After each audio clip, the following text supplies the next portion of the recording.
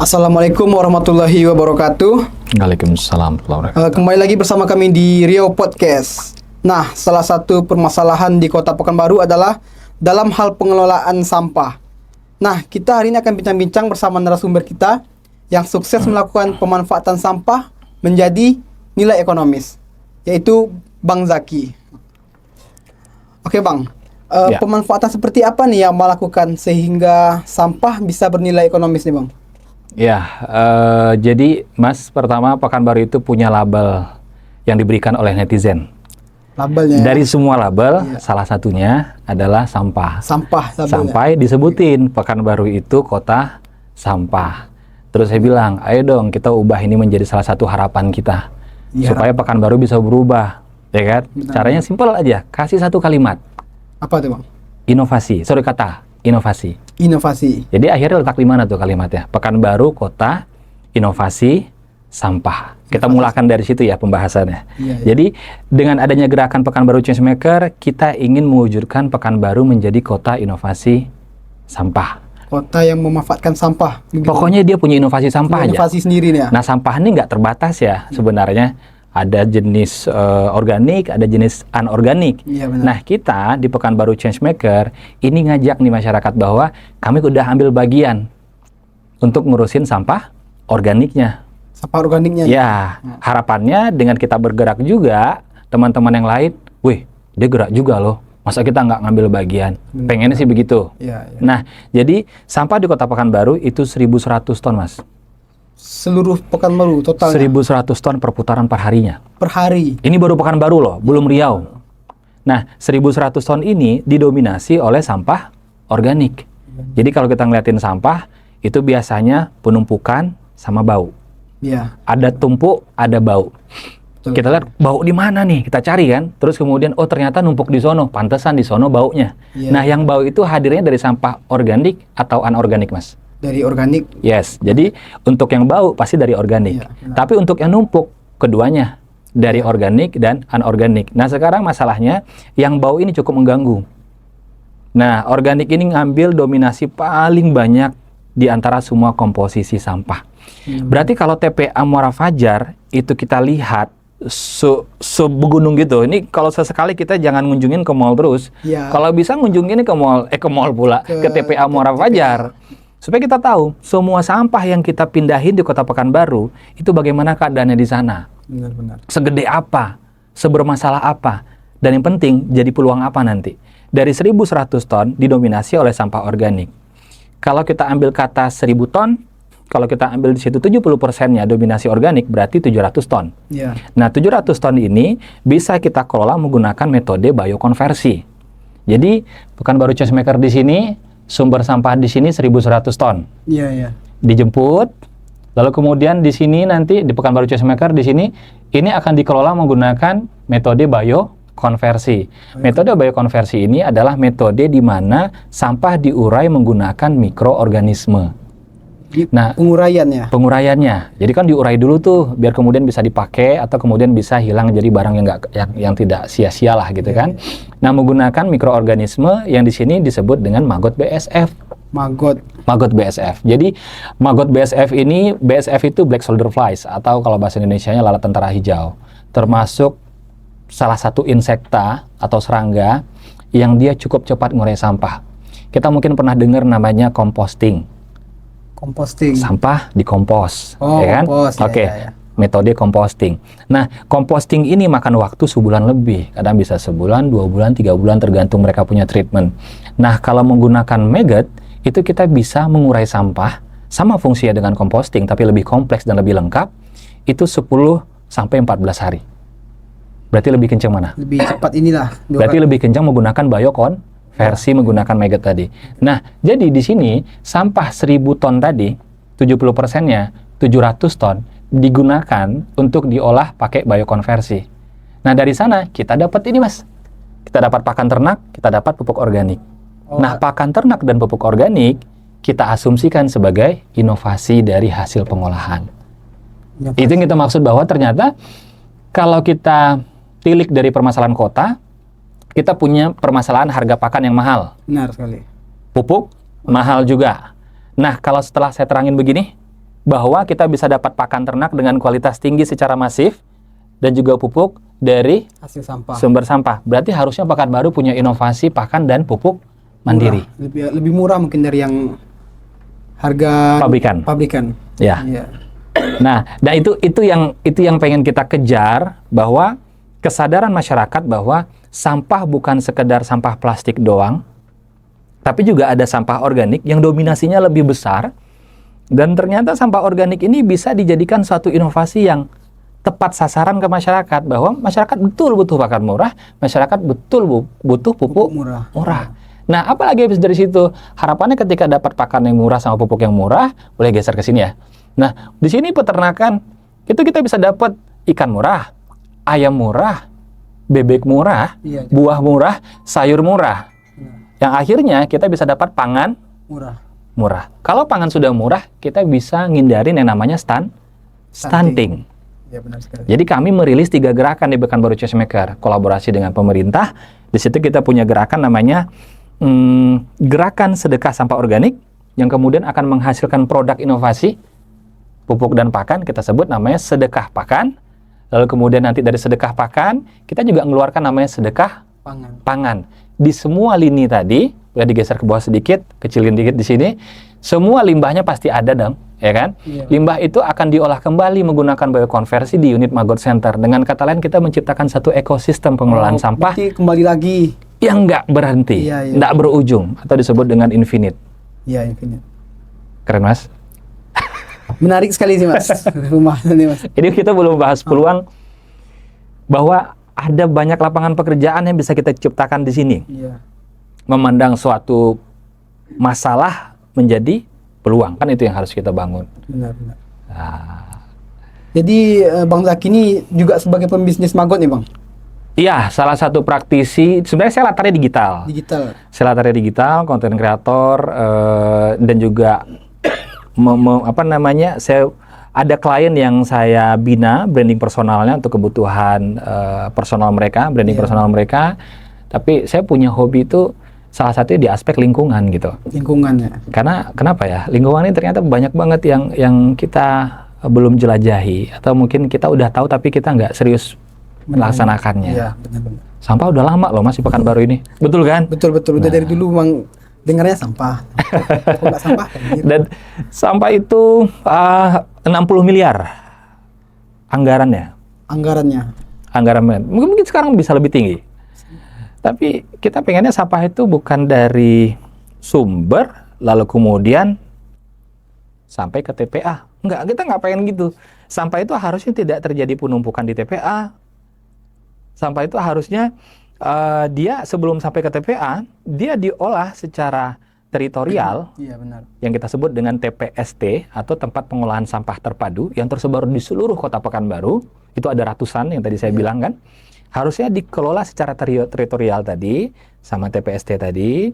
Plastik diubah jadi apa? Biji plastik jadi kacamata mungkin, ya kan? Jadi murah kacamata kita, casing HP, atau mungkin case jam tangan. Untuk yang organik jadi pakan, jadi pupuk, udah terurai, udah terminimalisir. Residunya, atau yang nggak bisa dipakai tadi, residunya, baru dioper ke TPA. TPA-nya, yang nggak bisa didaur ulang. Yes. Yang ibaratnya yang cukup ribet lah ya. Yang cukup ribet, yang perlu sesuatu yang lebih kompleks. Residunya dioper ke TPA. Nah akhirnya TPA nggak numpuk dong. Iya. Ada kemarin TPA di Lewi Gajah yang se-internasional viral karena meledak. Sampahnya. Terbakar. Kenapa? Karena memang terjadi penumpukan dan ada banyak zat yang kita nggak bisa kontrol di sana. Gasnya, baunya, belum lagi ternyata juga berbagai penumpukan penyakit yang ada di sana.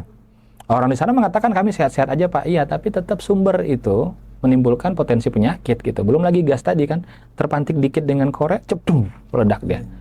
Nah, jadi maksudnya sampah ini bom waktu sih, Mas. Bom waktu ya. Iya. Bom waktu bagi kita. Gitu dia. Nah, tadi kan sempat ada pembahasan di apa? Maggot, ya. Maggot. Nah, masih banyak yang belum tahu nih Bang, maggot itu apa? Mungkin bisa jelaskan Bang, maggot. Iya, jadi maggot itu bahasa Inggris, bahasa Indonesianya belatung. Belatung. Iya, tapi jenisnya BSF, Black Soldier Flies. Jadi kalau ditanya, maggot itu bukan ada orang bilang dia bukan belatung tapi dia maggot. Terus gue bilang, lah, Maggot itu belatung. maggot itu belatung. Ya, tapi masalahnya maggot yang mana? Maggot yang BSF. BSF, berarti Ya. lebih besar mungkin daripada belatung atau sama? Oh, lebih besar. Lebih besar ya? Iya. Kalau secara larvanya dia lebih gede daripada, kami nyebutnya belatung lalat hijau atau laler hijau. Laler Kalau hijau, bilang ya kan, lalat hijau lah yang besar-besar itu. Iya. Nah, secara larva dia lebih besar daripada larva dari lalat hijau. Habis itu secara pupa dia juga lebih besar daripada lalat pada umumnya. Nah, tapi ketika dia jadi lalatnya pun dia lebih giant gitu, lebih gede juga, Lebih besar, panjang, berbobot gitu ya, warna hitam gitu kan. Nah, Berarti yang dimanfaatkan itu sebelum jadi lalatnya berarti? secara fase jadi kita bisa mulakan dari mana aja. Tapi kita bisa bahas dari telur ya. Iya, iya. Jadi kita punya telur maggot, lalu kemudian nanti dia berubah menjadi larva maggot. Nah, dari larva maggot dia berubah jadi pupa. Jadi pupa ntar dia diam nggak akan makan. Dari fase pupa dia nggak akan makan sampai kemudian pupa ini menetas jadi lalat. Lalu lalat itu juga nggak akan makan. Nah, dari lalat ntar kawin, terus ntar yang betinanya bertelur, hampir nyaris 1000 telur dia bisa lahirkan, dia bisa telurkan, kok lahir sih, ya kan telurkan. Nah, sebentar kita tarik mundur dulu ke larva. Nah, larva ini di sini yang dari segi panennya di sini nih. Oh, ketika jadi larvanya ini berarti? Iya. Nah, di larva ini yang nanti bisa menjadi turunan-turunan produk. Tergantung kemampuan kita dalam memahami turunan produk tadi. Kalau lengkap mesinnya, lengkap dalam kemampuan pengolahannya, kita dapat beberapa turunan. Kita ada maggot fresh, kita ada maggot kering, dry maggot, kita punya insect maggot atau tepuk maggot ya kan. Terus kita punya lagi nanti minyak maggot. Kita dorong sedikit di bagian maggot tepung. Maggot tepung ini kita proses lagi dengan mixing atau pelletisasi, situ kita ubah jadi pellet. Akhirnya kita dapat pakan ternak berbentuk pellet. Nah, pellet ini kita bisa jadikan untuk market yang pertama ikan, unggas, bebek, burung, ya, ayam, terus kucing. Kucing bisa juga berarti makannya? Ya, kucing bisa, kambing, sapi, anjing, udang, dan paling besarnya yang kita belum tembus sekarang perizinannya, manusia. Manusia? Oh ya. Manusia bisa makan itu nanti? Nah, ini kita belum buka nih. Sebenarnya di luar konteks pekan berikutnya karena ini terlalu buruk ini. Iya. Nah, jadi 10-20 tahun mendatang, dunia ini akan kesulitan protein. Ikan akan susah, ayam akan susah. Coba kita baca dimanapun penelitiannya, logikanya sekarang pakan nggak pernah menurun, Mas. Pakan itu selalu naik terus. Kebutuhannya selalu meningkat. Ya, pakan naik ya kan, gaji turun. jadi ketika itu terjadi, maka akhirnya nggak semua orang bisa beli pakan. Benar. Atau beli afternya, beli pangannya. Berapa banyak orang sekarang nggak bisa beli ikan? Iya. Kita punya mitra ikan lele yang kemudian ketika ustadznya datang ke sana, dia bilang, Pak, izin kali ini kami ngambil lelenya per kilo nggak lagi 5. Per kilo kami ngambil 8 sampai 9. Jadi per kilo itu bisa 8 sampai 9 ekor. Masih kecil. Coba kita bayangkan sekecil apa tuh, ikan teri kali itu ya. Kecil. Nah, jadi 1 kilo tuh 8 sampai 9 ekor, habis itu dia bilang dia akan potong 2 untuk santri-santrinya. Wah, miris nggak tuh, Mas? Kita makan ikan di pecel lele gede loh. Dia mesen ke keramba kita, itu ikan lelenya 1 kilo 8 ekor. Kenapa bisa begitu dia bilang? Karena mereka nggak sanggup beli ikan lele yang 1 kilo 4 ekor. Iya. Dia pengennya semua santrinya makan. Benar-benar. Itulah kenapa kita inisiasikan namanya sedekah pangan. Di situ ada kaum duafa, pesantren, panti asuhan. Semuanya bermula dari sampah. Oke. Nah, kemudian saya ada mau ditanyakan juga nih, Bang, di bagian sampah organik tadi tuh, Bang. Sampah organik itu kebanyakan apa nih, Bang? Dari apa nih biasanya? Organik ini kan dia sebenarnya semua jenis yang dia akan melalui proses pembusukan ya. Ah ya, kebanyakannya Kayak contoh roti kalau lama nggak dimakan gejamur, hitam, busuk gitu ya. Iya. Nah, semua proses yang terjadi seperti itu disebut sampah organik. Gitu. Ya. Kalau kebanyakan Ya, rumah tangga. Di rumah tangga, sampah rumah tangga berarti. Jadi kalau kita nyebutnya, ketika kita bilang sampah organik, banyak orang yang awam nyebut bahwa sampah organik itu kita bilang begini, bawa sedekah ikut ya GSSO, gerakan sedekah sampah organik gitu. Ada yang bawa ranting-ranting tuh nggak, Mas? Ranting-ranting. Ada yang bawa ranting-ranting, ada yang bawa Buah busuk. tangkai sayur kangkung apa. Jadi, Iya. waduh, ini kan keras ya, ya kan? Berarti nggak bisa ya kayak gitu mas? Untuk maggot kita Oh. nggak bisa Oh, sebenarnya. iya. Mungkin bisa kalau kita kemudian sudah punya mesin yang lebih kompleks, Iya, disebut dengan mesin crusher atau dia dibuburin gitu. Benar-benar. Dibuburin lebih halus, jadi kayak yogurt dianya bisa. Tapi kan itu kan cukup modal juga gitu. Iya.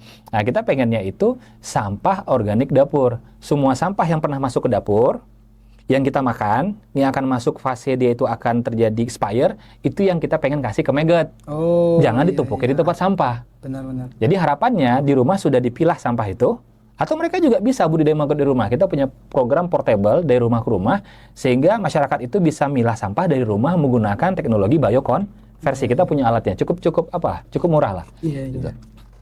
Nah, Soalnya orang kalau dengar sampah organik ini kan ya seperti tadi ya sayur-sayur, daun-daun. daun-daun organik Iya. semua itu kan.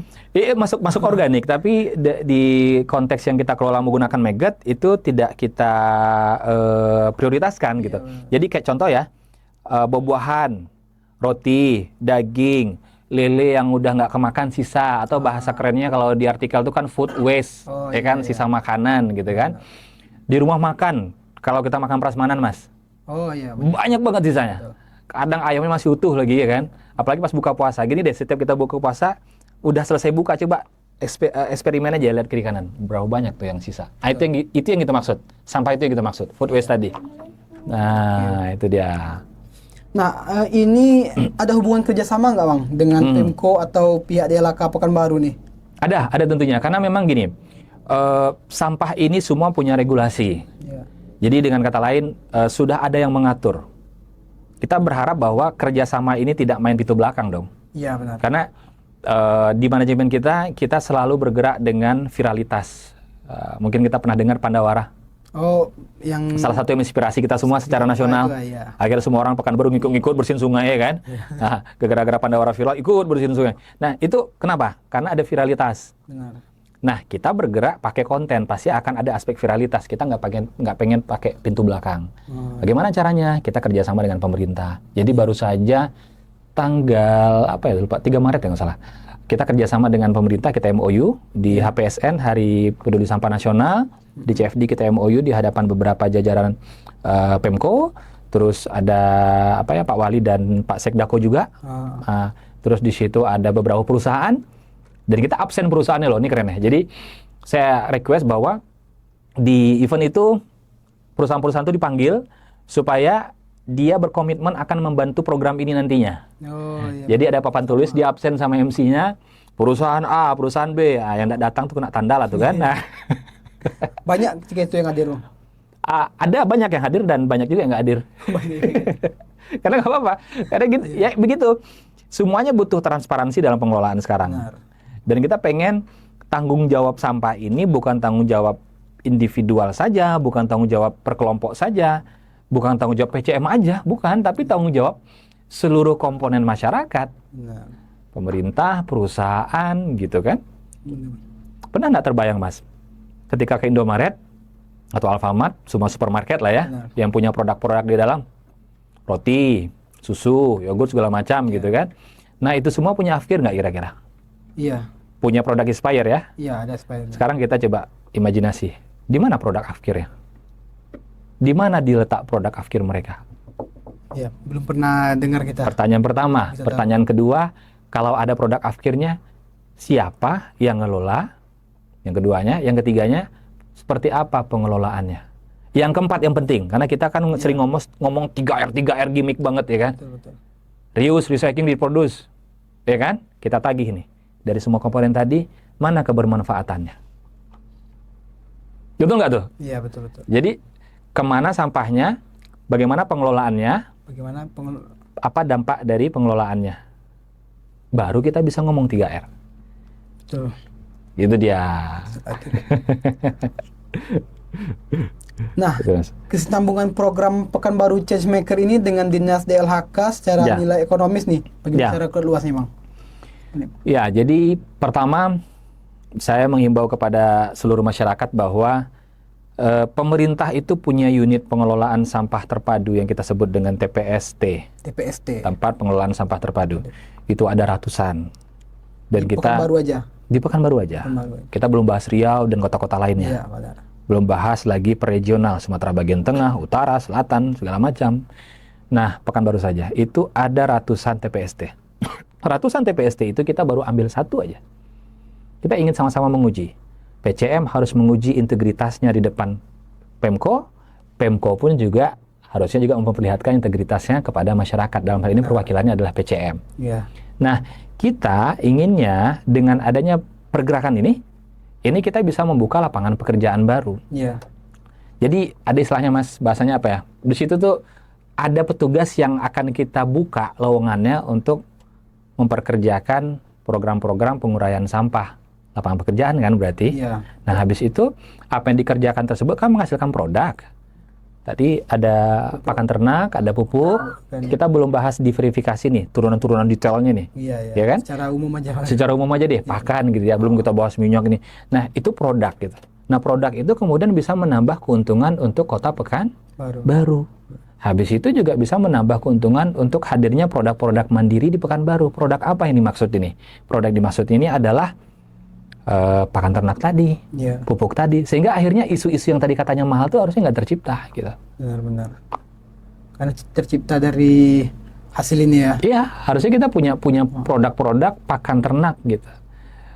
Saya boleh bahas sedikit tentang apa nggak? Ada satu hal yang lucu ketika saya saya ikut dalam satu workshop. Mungkin kalau ditonton sama peserta mungkin jadi ingat lagi mereka nih. Jadi pada saat itu di workshop itu judulnya adalah Megat sebagai ketahanan pangan nasional. Wih, mak ngeri kali judulnya kan. Keren kali. Megat sebagai ketahanan pangan nasional. Subjudulnya Megat sebagai alternatif pakan. Oke, kita baca logikanya. Jadi di situ dijelaskan dalam workshop itu bahwa maggot kering harganya 30.000. Jadi udah bahas cuan nih, biar masyarakat kebuka. Kita bagi aja ilmunya. Jadi maggot tepung itu harganya 60, 80, 100 ribu ke atas. Untuk jadi pelet dibutuhkan proses dari maggot itu dikeringkan dulu, lalu ditepungkan, lalu dimixing, baru masuk jadi pelet. Tadi harga pelet pabrikan berapa harganya? 12.000, 13.000, 14.000, ya kan? Curah nggak usah hitung, kita ngitungnya merek pabrik aja, 12.000. Tadi maggot kering berapa harganya? 30.000. Maggot tepung berapa harganya? 60.000, 80.000, 100.000. Nggak usah kasih judul namanya ketahanan pangan nasional. Nggak usah kasih judul namanya alternatif pakan. Uang masih raw materialnya saja atau bahan baku mentahannya saja, harganya udah lebih mahal ya. Lebih mahal daripada pakan pelet. Benar-benar. Betul nggak? Betul. Itu yang saya bilang bahwa seluruh pembudidaya maggot di Kota Pekanbaru, bahkan Indonesia, bertanggung jawab meluruskan apa yang seharusnya dikerjakan oleh biokonversi. Kenapa? Karena kalau kita mau ngomong bahwa maggot itu menjadi solusi ketahanan pangan nasional, maggot menjadi alternatif pakan, kita harus bisa membaca logikanya ini. Seharusnya lebih murah.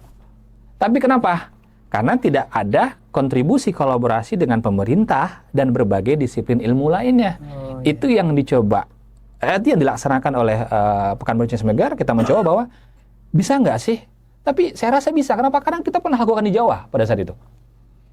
Kita lakukan di Jawa dan kita jual seharga mungkin teman-teman yang pernah dapat produk kita 11.500 per kilonya. Dan protein dari pelet maggot tadi, yang udah berbentuk pelet tadi, itu 42% sampai 50% lebih. Nggak ada satupun pakan pabrik yang bisa menandingi kapasitas protein setinggi itu. Dan harganya pun lebih murah dari buatan pabrik. Dan semua itu produk alam. Jadi dalam aspek bisnis, turunan produk diciptakan untuk bisa melakukan pengalihan pasar. Indomie biar bisa laku dibuat mereknya macam-macam kan? Iya. Ayam rendang, mie kari, segala macam. Betul. Tapi ini tentang isu yang harusnya menjadi jawaban bagi para masyarakat. Jadi lewat Pekanbaru Change Maker kita berharap, kami hanya pengen menjadi satu tolak ukur semangat sih sebenarnya. Bahwa Ayo dong, ketika pemerintah ngomong soal sampah, ya kita nggak membela pemerintah pada keseluruhan, tapi pemerintah juga punya bagian yang mana mereka perlu dibantu gitu loh. Iya, betul-betul. Ya kan? Mereka yang bermain dari regulasi, tapi secara aksi nggak mungkin mereka turun-turun ke lapangan. Makanya antara regulasi harus ada kolaborasi dengan masyarakat, disebut dengan society collaboration. Nah, di situ kita berharap ketika mereka semua masyarakat luar sana melihat kegiatan Pekanbaru Changemaker, ayo dong, hidupin TPST yang lain. Saya rasa Pak Kades juga seneng. Iya, ya. Pak Kades juga seneng bahwa wah, berkat kegiatan ini teman-teman lain juga ikut ngidupin kegiatan pengelolaan sampah, tapi yang real gitu loh. Bukan yang sekedar gimmick gitu. Bank sampah pernah dengar kan Mas? Bank sampah. Bank sampah ya pernah dengar. Nah, bank sampah itu tolak ukur dia berhasil apa?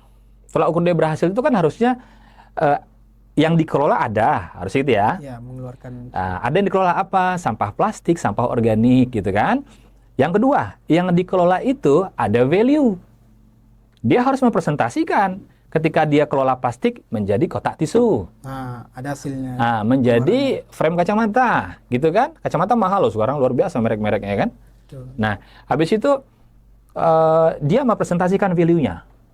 Kalau dalam 3R disebut dengan reuse. Jadi ketika masuk sampah, recycling sama kamu, habis itu kamu reuse kembali. Reproduce menjadi sesuatu yang kita anggap punya value. Ya. Di sini kalau kami sebutnya pakan katakan, yang kami fokuskan sekarang. Pakan bagi kami ada value. Bagi mereka yang usaha lele, usaha ayam. Baru di situ kita targetkan recycling, reproduce, habis itu baru reuse, digunakan kembali. Orang yang menggunakan kembali produk pasti atas dasar karena mereka merasa ada manfaat di situ. Iya. Sekarang kita bahas, tapi izin, nggak apa-apa, kita diskusi ya. Iya. Bank sampah itu hasil dari pengelolaannya. Di sini diskusi ini maksudnya apa? Mari kita evaluasi diri. Kalau nggak kita gitu-gitu terus. Betul. Yang ada di bank sampah ada produk, namanya tas dari plastik. Ya, kerajinan-kerajinan itu. Ya kan? Oke. Habis itu ember yang dicat. Oh, Ya kan? ember. Nanti ini banyak di sarkasnya nih. Habis itu gaun dari Plastik-plastik. plastik. Ya. Pertanyaan saya, siapa di sini tokoh, pejabat, duta lingkungan, doktor, profesor, semua yang linear dengan sampah yang menggunakan tas plastik dari sampah, yang datang ke buka bersama pakai gaun dari sampah. Coba cari sekarang. Jadi maksudnya apa? Yang pengen kita bahas adalah kita harus buat satu program berhenti soal gimmick. Kalau dalam skala 100% harusnya cuma 10% aja lah gimmicknya untuk jualan bentar. Iya, betul. Jangan gimmick terus-terusan buat manggil CSR. CSR itu kan dari pajak juga. Bagaimana dengan kebutuhan masyarakat?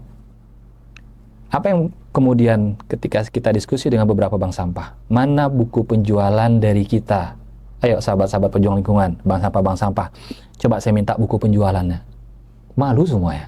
Kenapa? Karena memang tidak ada penjualan yang signifikan. Bahkan terjadi protes antara masyarakat dengan bank sampah bahwa tidak terjadi pembayaran atas nasabah tabungan sampah. Kenapa? Karena berlaku tadi saya buka lagi ada namanya PMP dan PGP. PMP itu polluter must pay. Polluter must pay. Dia harus bayar polluternya yang ngasilin sampah. Tapi yang berlaku sekarang PGP, polluter get pay, and that's wrong.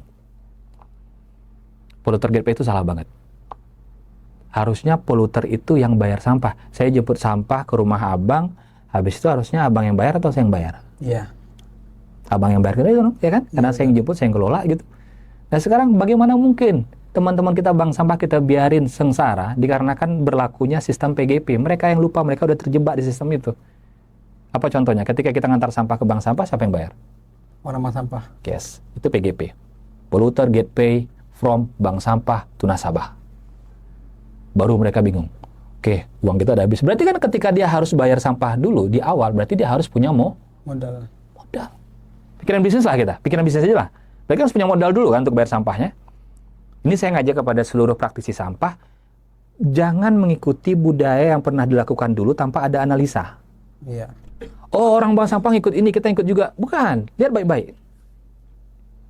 Nah, bukankah bank sampah kadang beberapa hanya sekedar menampung sampah, dikilokan sama dia, saya jual sama abang, yang abang punya mesin pengelolaan sampah di Medan.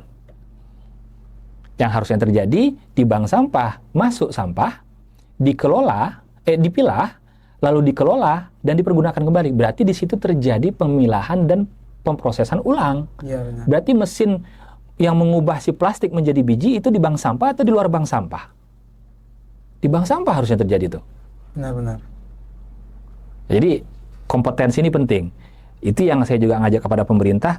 Kenapa untuk jadi supir mobil di Pertamina atau perusahaan-perusahaan terkenal itu saja perlu sertifikasi driver, ya kan? Benar. Betul. Nah, kenapa untuk pengelolaan sampah tidak ada sertifikasi pengelolaan sampah? Coba tanya semua pengelolaan sampah yang ada di TPS, ada nggak mereka sertifikat pengelolaan sampah dengan berbagai turunan? Halo Pak, saya punya sertifikat, saya pengelolaan sampah plastik, tapi di bagian khusus di bagian limbah ini dengan masa aktif saya selama 3 bulan. Keren dong. Yeah. Akhirnya kita bisa jamin lah, akhirnya TPS kita bisa hidup. Sekarang kenapa TPS nggak hidup, masyarakat protes? Karena memang antara masyarakatnya juga tidak punya minatnya, pemerintah juga lupa bahwa ini harus diseriuskan. Jadi harus ada kompetensi biokonversi namanya, pengelolaan sampah organik segala macam, ya kan? Yeah. Nah, kayak gitu Mas. Nah, mungkin terakhir nih Mas, ya, bisa dijelaskan secara ringkas lagi nih, biar tentang alur nih Mas, alur sedekah sampah organik ini Mas. Oke, jadi Pekanbaru Changemaker saat ini bermitra dengan pemerintah, kita menciptakan satu metode penguraian sampah, disebut namanya biokonversi. Nah, biokonversi ini kita urai pakai maggot, dan kita berharap maggot ini bisa ngurai sampah dari sumber. Nah, sumber sampah kan di sini ada ya, rumah tangga, pasar modern atau tradisional, ada hotel, ada gudang produk ya, barang-barang akhir tadi, ada restoran, ada pabrik. Semuanya sepakat, makanya dihadirkan di HPSN, mereka tanda tangan, kepedulian, MOU segala macam, supaya mereka bisa nanti ditarik sampahnya untuk dikelola yang organik ya, menggunakan biokonversi di Pekanbaru Changemaker. Nanti setelah di sini, berharapnya di sini nggak terjadi penumpukan lebih banyak. Kalau sudah dikelola di sini, maka terjadi pengolahan sampai ke ujung sana kan? Ya, diputar lagi. Yes, maka di sini tidak terjadi penumpukan. Di pusat disebut tidak boleh ada lagi namanya landfill, penumpukan di landfill, TPA. Ini tidak terjadi, alhamdulillah goalnya dapat, dan ini pun tercipta. Apa tadi? Kita dapat pakan, kita dapat pupuk. Kalau kita dapat pakan, kita dapat pupuk, maka pangan kita lebih murah. Iya, benar. Pakannya dikasih ke lele, ke ayam, ke bebek, maka singkatnya nih, ikan murah, ayam murah, bebek murah, buah murah, sayur murah, lalu kemudian akhirnya siapa yang dapetin? Itu masyarakat. Kalau masyarakat yang mampu bisa beli, silakanlah dengan normal. Yang nggak mampu beli, masuk dalam program sedekah pangan. Iya. Siapa mereka? Kaum duafa, pesantren, panti asuhan. Semua sampah mereka, kalau mau dapat sedekah pangan, mereka harus kontrak, yang mana limbah mereka harus dikelola kembali, harus mereka olah, mereka pilah, untuk dimasukkan ke biokonversi di Pekanbaru Changemaker. Itu disebut dengan ekosistem biokonversi tadi. Lalu berputar lagi, kembali terus. Gitu terus. Luar biasa. Menarik sekali Mas. Ya, itu kita ajak masyarakat, mudah-mudahan dan pemerintah, masyarakat, dan para korporasi, mudah-mudahan mereka bisa ikut serta dalam pergerakan ini. Gitu. Oke, terima kasih banyak nih Mas, ilmunya nih Mas. Sama-sama. Sangat menarik sekali untuk kita semua nih Mas. Sama-sama. Oke. Mungkin pemirsa di rumah, itu saja mungkin podcast kita pada hari ini. Ya. Jangan lupa saksikan podcast kita yang lainnya juga. Jangan lupa subscribe juga. Terima kasih. Assalamualaikum warahmatullahi wabarakatuh. Waalaikumsalam warahmatullahi wabarakatuh.